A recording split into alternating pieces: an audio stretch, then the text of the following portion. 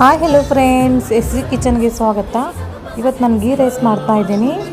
ಹೇಗೆ ಮಾಡೋದು ಅಂತ ನೋಡ್ಕೊಂಬರೋಣ ಬನ್ನಿ.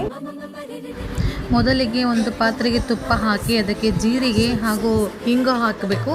ನಂತರ ಅದಕ್ಕೆ ಹಸಿಮೆಣಸು, ಚಕ್ಕೆ, ಲವಂಗ, ಪತ್ರೆ, ಕರಿಬೇವು ಮತ್ತು ಗೋಡಂಬಿ ಇವೆಲ್ಲವನ್ನು ಹಾಕಿ ಡೀಪ್ ಫ್ರೈ ಮಾಡಬೇಕು. ನೆನೆಸಿದ ಶೇಂಗಾವನ್ನು ಕೂಡ ಹಾಕಿ ಫ್ರೈ ಮಾಡಬೇಕು. ನೀವು ಇದಕ್ಕೆ ವಟಾಣಿಯನ್ನು ಕೂಡ ಹಾಕ್ಬೋದು, ಇಷ್ಟ ಬೇಕಿದ್ದರೆ ಹಾಕ್ಬೋದು, ಇಲ್ಲಾಂದರೆ ಸ್ಕಿಪ್ ಮಾಡ್ಬೋದು. ನಾನು ಇವಾಗ 1 ಕಪ್ ಅಕ್ಕಿಯನ್ನು ತೊಗೊಂಡಿದ್ದೀನಿ. ಅದಕ್ಕೆ 3 ಕಪ್ ಆಗುವಷ್ಟು ನೀರನ್ನು ಹಾಕ್ತಾಯಿದ್ದೀನಿ. ನಂತರ ರುಚಿಗೆ ತಕ್ಕಷ್ಟು ಉಪ್ಪನ್ನು ಬೆರೆಸಿ ಕುಕ್ಕರ್ನ ಮುಚ್ಚಳವನ್ನು ಮುಚ್ಚಿ ಮೂರು ವಿಸಲ್ ಕೂಗಿಸಿದರೆ ಆಯಿತು. ಗೀ ರೈಸ್ ರೆಡಿ ಆಗುತ್ತೆ. ಈ ವಿಡಿಯೋ ನಿಮಗೆ ಇಷ್ಟವಾದರೆ ಲೈಕ್ ಮಾಡಿ, ಕಮೆಂಟ್ ಮಾಡಿ, ಶೇರ್ ಮಾಡಿ ಹಾಗೂ ಸಬ್ಸ್ಕ್ರೈಬ್ ಮಾಡಿ. Thank you.